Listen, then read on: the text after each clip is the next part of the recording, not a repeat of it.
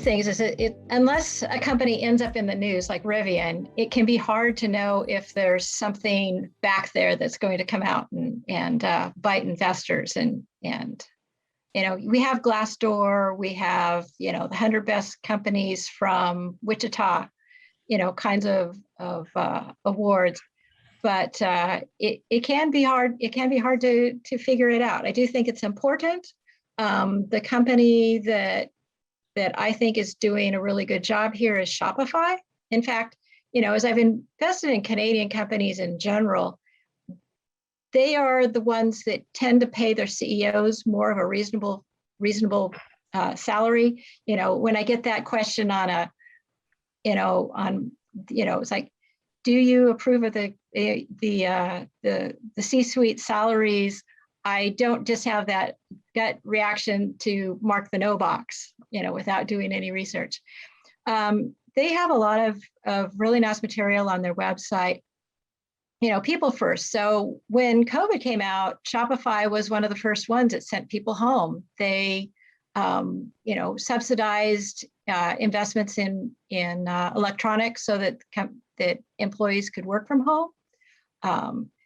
They are about autonomy. They don't do that micromanagement thing. It makes it a lot easier to work from home, and they trust their employees to do what's needed to be done without someone having to tell them how or when or what. When it comes to hiring, they have a journey over resume. A lot of companies, it's like if you don't have all the right buzzwords on your resume, they're not even going to look at it.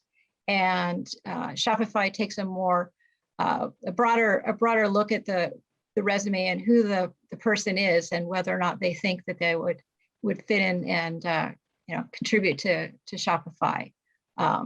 They also are in the conformity kills creativity. We know that with Motley around here, but you don't have to do it the same way. Everybody has something to contribute. They believe in diversity. I think that all makes that's helped get Shopify where it is from where it was when we first started talking about it here.